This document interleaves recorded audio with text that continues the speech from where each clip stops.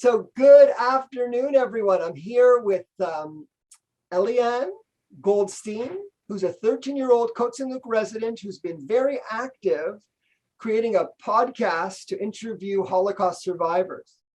And she's interviewed, I think, around 28 so far. And today we're interviewing Leslie Vertes. And Leslie Vertes is a very good friend of myself and of Saint-Luc. He has been a really big help when we put on Cabaret, which is a show that deals with what went on during the Second World War and the Holocaust. Leslie came to speak to the audiences and to the students and answer questions about his experiences and what he felt about the show. And it really, really made our experience of putting on the musical Cabaret so much more meaningful. Don't keep silent. Speak up, because a bunch of young people, it looks like young people, started to terrorize, started to brainwash a whole nation. I've done many interviews myself on this topic. My father-in-law, Eddie Yagodinsky, was a survivor of the Warsaw Ghetto. So I got to hear a lot of stories since I've been with my wife, Eliane, which is over 30 years. And we went to Poland together and we saw a lot about how Eddie survived. And when I became mayor, I started interviewing Holocaust survivors in Saint-Luc. But today, because we have you, Eliane, I'm going to get to relax and see you interview Mr. Vertes. I'm going to ask you a couple questions. So first one is, how old are you? This time, 97, and in about two or 3 weeks, I will be 98. And I'm a Hungarian Holocaust survivor. Before I continue, I would like to tell you, I'm the only one who wrote a book who were in the Hungarian camp, Hungarian labor force camp, and in the Russian Gulag. So I know both sides of the anti-Semitism. So what I can do now, I want to tell you something right in the beginning. You should know the Holocaust didn't start with camps, didn't start with concentration camps, didn't start with bullets, started with words, hateful words. And those hateful words became the major line, a major brainwash to a nation which was one of the best in Europe, 80 million people pick up, because there was no opposition. There was no media to do it. And ended 6 million or maybe more, because 6 million perished in the Holocaust, but many, many more in the Russian camp, in the Hungarian camp, in the hiding, which they didn't count it. When I was 20 years old, I experienced a lot of anti-Semitism in Hungary. I want to be a dancer and a singer in the synagogue. Jew, no. Jewish, no. I want to be a printer. Jewish cannot be a printer. So I ended up in the shoe factory. But I never, and then kicked me out from the last year high school. So I have only 3, but I never stopped learning. Even in 97, I never stopped learning. When I was 20 years old, I had to report to the Hungarian forced labor camp, which designed only for Jewish people. And the lieutenant who introduced himself, he said, "Don't count on it, you will be not older than 50 years old when we will finish with you." So maybe he's dead already, I'm not. I was 6 months in this camp. Little food, lots of work, 12, 14 hours, sometimes 7 days, and lots of beating. Jewish like this, Jewish like that, Jewish mother, Jewish father, all the beating. I have a chance after 6 months of suffering to organize an escape. And with 9 other friends, collected the money and we escaped. And everybody went in different ways. We took off the yellow band. And unfortunately, not everybody was as lucky as I am, because after the war, I find out all the 9 get killed, get captured. I went with my Christian friend, I received false ID. With this false ID and a new hat and a new coat, I was hiding for 90 days, 3 long months, which 3 long months, it was one of the worst time in my life.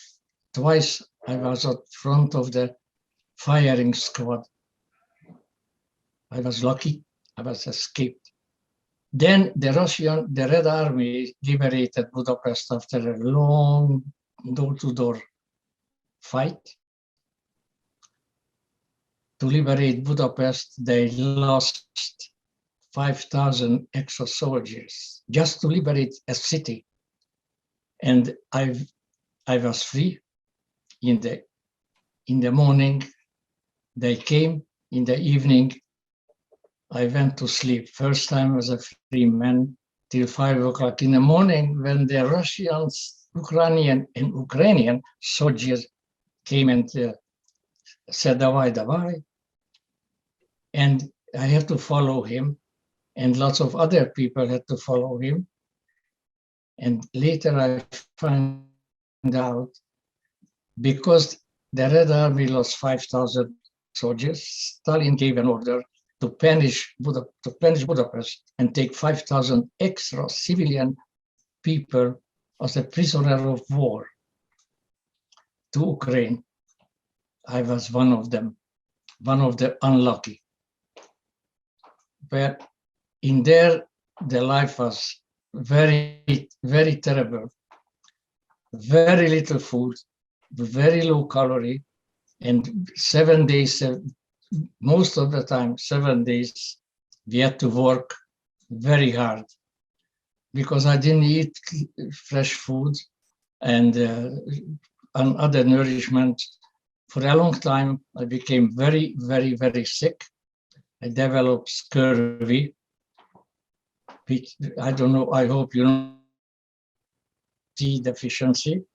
I had hundreds and hundred blisters all over in my body. At the age of 21, I have white hair. I was dying. Almost I died. I was so sick they dig my grave. But the Russian saved my life. And after 2.5 years, 36 months later, they shipped me back to Hungary. Then I became a free man. So that is my Holocaust survivor. In Hungary, I was 10 years in Budapest. I married a wonderful girl. We married 70 years already. We have a son in Toronto. And then I was working hard over here, and then I'm retired. So that is the short story of my life. So I cannot make it shorter. I don't want to make it longer because I need some energy to answer all your 200 questions. So my first question was, you said that you escaped a Hungarian camp. How did you do that? Okay. I have friends over there, and I know one of the guard. I know him before, and I was thinking maybe he can do some favor for us. So I collected all the money we have, 10 people with a big roll of money, and I approached him and I told him, look, Johnny, here is a lot of money, is all yours. Oh, you should see his eyes, it's open up. Said, but I need 10 minutes from you. 10 minutes, you will on duty at midnight, and you turn away, and you don't hear anything, you don't see anything, and you don't say anything. He agreed, he took the money, and one by one, we climbed the fence, and I was the last one. I almost didn't make it, because as soon as I was over the fence, a German patrol came, but they didn't notice me. So I took off the yellow band, and because it was a curfew, that was another danger to see my friend. His name was also Leslie. You said that you got very sick Yes. and that a Russian soldier saved your life. Not a Russian soldier. There was a young Tatiana, a young woman, just came out from the university, vet diploma, no clinical experience at all, and I was her first patient. It's a beautiful young girl like you are, and I was the first patient. The first is always something special. The first bicycle, the first ski, the first, I don't want to say more, but everything first is something special, right? And I was her something special. And for 3 weeks, day and night, she was working on it, threw cold water on my body to reduce my 107 fever with a tweezer and the antiseptic, a reg antiseptic. She cut my blisters and put an antiseptic, which was so painful. The antiseptic what she used, it was 10 times stronger than salt. So most of the time I was unconscious. And then she was doing everything. And after 2 weeks, my fever went down, and I felt a little bit better. I couldn't walk. She went to the flea market, not a flea market, a black market, and with her soap changed for a small, tiny small chicken, and made chicken soup. And with the eyedropper, she forced my mouth open, and she was feeding me 1 drop at a time. So I saw my own grave. That sick I was. What year was your liberation? Liberated in 1945, January 15. And 2.5 years later, then I came back also. I came back in 1947, June 13. What was the first thing that you did after liberation? First of all, I was looking for my family that couldn't find. I went to my old address, and they told me my mother is left, but they have my pajamas, the old pajamas. They give it to me. I put the old pajamas under my arm, sat down in the park, and I started to think, why did I survive? Why? For whom? For what reason? Better if I follow other Jews into the river and jump into the river, because I have nobody, I have no future at all. But on the way halfway, I turned around and was thinking there was some reason why I survived. So I turned back and started to work and didn't say a word to anybody about my survivor, the Hungarian survivor, not the Russian survivor. And just one more thing I want to tell you. When I hear today the Ukrainian situation, I was thinking how anti-Semite they were. When they escorted me to Ukraine, one Ukrainian soldier came to the room and said, Jid, Jewish. I saw the faces, very, very rude. A young guy stood up, he took him out and shot him dead. We were already under his control. So that's why I see the words is a killer. And also you have to see the real life, not what always in the newspaper, not always on the hysteria, talk to one side or another side, usually only one side, same thing like in Germany. Now, next question. Did you ever end up finding any family or any old friends? Yes, I did. My father was in Siberia as a prisoner of war. And I have my mother in Budapest and my younger sister. And we received the paper from the government because they escaped from the forced labor camp to Russia, to the Soviet Union. And the Hungarian government gave out a paper, he died. So then when I was on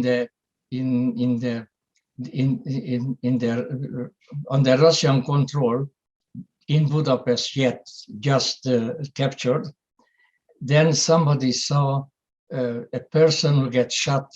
The guy wanted to escape, and the Russian guard shot him dead. And somebody told my mother, I am dead.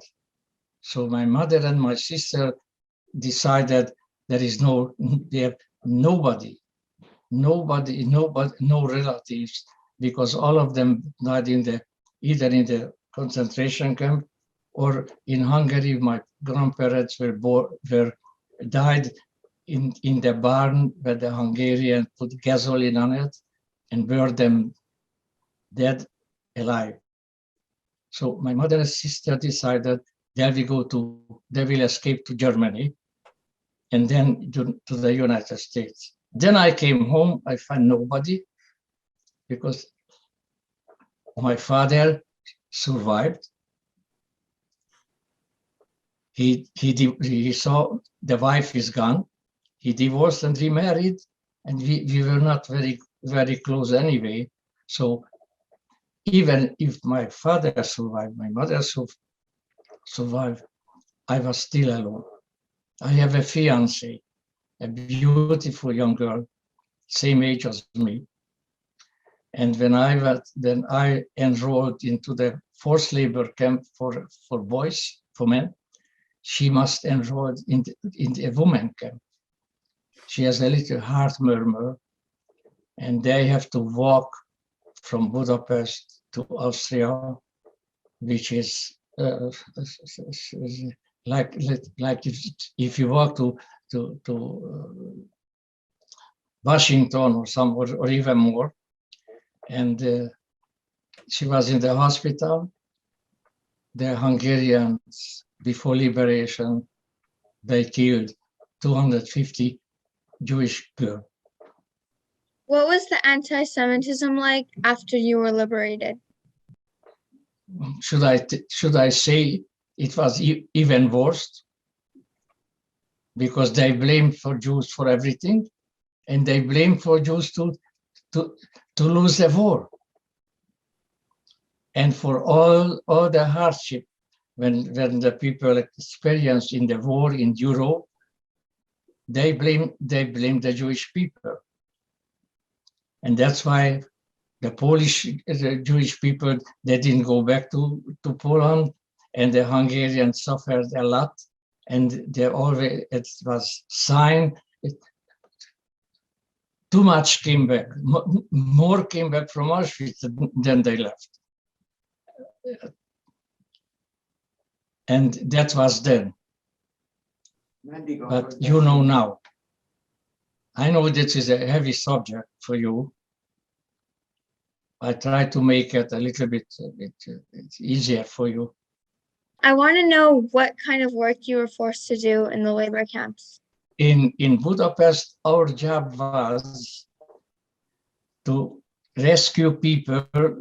After the bombardment, lots of buildings collapsed, and they buried lots of people, animals, and lots of papers, and so on. And our job was, as soon as the bomb started to fall, right away run over there and started to dig out the people, and it was a very, very dangerous work, because the bombs were falling and the buildings were not stable. So so many times the building collapsed on us, and but it doesn't matter. We have to do it. That was in Budapest. In Russia, I was working in the camp where we assist the building of the new houses for the Ukrainian people, for the local people, because when the Germans left Ukraine, because the Russian army was winning that side, they burned every single thing. They cut every single tree, not a brick, not a house was standing. So the people were living on the ground for a while, and our camp supplied the window frame, the floor, and another camp was building the bricks and so on. So that's the job I was doing it. Now there was about 3 months when I was working in the night shift after Dr. Tatiana, the doctor, transferred me to the night shift of the maintenance group, and it was better food. I can eat better food, maybe sometimes an extra food. So, and we were repairing clothes, shoes, electricity, everything else. But after that, I have to go back to the same place, working very hard with the wood company. So in Russia, there is no welfare check. You know, we're very, very fortunate. We have a witness to history, and then we have 84 years later, you were born. And we hope that in 85 years from now, Eliane, you'll be telling the stories of all the people that you interviewed. And as you're a witness to speaking to all these Holocaust survivors, including Mr. Vertes, and hearing directly their stories. So it's been a very special moment that we're sharing right now. Is there anything else that you want to ask, Eliane? I would like to ask whether why you think, to both of you, why you think Holocaust Remembrance Day is important. Not important, it is very important. First of all, lots of denials. Lots of people, that's an old story. This happened long ago. Why you talk about this one? And another, almost the same like COVID. Oh, it's nothing new, nothing right, nothing, so on. And the people start to forget the bad past. That's one thing. But mostly, the young people, they don't know much about it. I want to tell you, Eliane, in my 20 or so years, I was a speaker for a Montreal Holocaust Museum. I made 149 testimony mostly for young students like you are. Maybe I talked to 20,000 young people, and believe me, their parents and them, even their teachers, they don't know anything about the Holocaust, because number one, lots of Jewish Holocaust survivors said, I don't want to talk about. I didn't want to talk about for many, many, many years until I see the situation. If I don't say my story and a few others, you would know, Eliane. Your parents wouldn't know. So that's day, a little shake up. We celebrate Labor Day. Why? Because we want to celebrate the people who physically work or mental or office work or whatever. We celebrate Canada Day. Why? We want to shake up a little bit the population. Here we are, be proud, we are Canadian, and so on. So the international and the Canadian Holocaust Memorial is a reminder for the older and the education for a younger generation. Right, and she asked me the question too. So from my perspective, Eliane, hate is a very dangerous thing. And we saw what's happened in history when people passed lies and misrepresented facts and reality and the truth of life about people, that a particular race or religion could be this or that and responsible for all types of things that were not true. And now we're living in a society today where we have the internet, which is a good thing for podcasts, but also potentially dangerous because it's not governed by any board that will ensure that the information that's being passed on the internet to the entire world is accurate. So it's ripe for, and that's why, the Canadian government right now is looking at ways to regulate the internet and what's on it. And it's really a difficult situation that we're in. So hate can pass today faster than it could even in the past because of social media and the internet. And we need people like you to ensure that it's used for the right purposes, so individuals know really what is happening in the world today and what's happened in the world in the past. I want to add something.